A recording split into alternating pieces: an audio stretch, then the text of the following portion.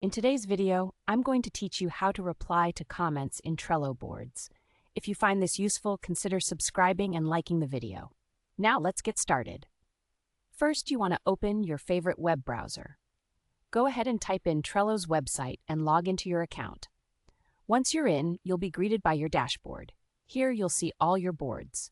Navigate to the Boards section and select the specific board that contains the task or project you want to discuss. Once you've clicked into your chosen board, it will showcase various lists. Find the card that you want to engage with and click on it. This action will open up the expanded details view of that card, where you can delve into all the important details associated with it. Now, what you need to do is locate the Activity section. If you scroll down a little bit within the card view, you'll come across this area. The Activity section is particularly useful as it lists all comments, updates, and the history related to this specific card. That's where the conversations take place. When you're in the Activity section, look for the comment you want to respond to. This could be something your teammate has asked, or perhaps a suggestion that requires your input. Once you find that comment, take a look directly beneath it. You'll notice some small options, and one of them will say Reply. Go ahead and click on that. Now that you've clicked on Reply, a text box will appear on your screen, giving you a space to type your message.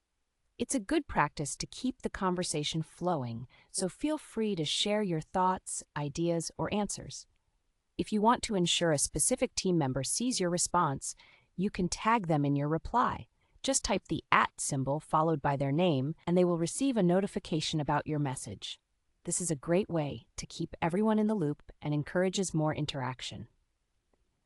Once you've finished typing your message, remember to click the Save button. This action ensures that your reply is captured in the thread and visible right below the original comment. It helps maintain a clear conversation and makes it easier for everyone involved to follow along. And there you have it. Replying to comments in Trello is a straightforward process that keeps your team connected and informed.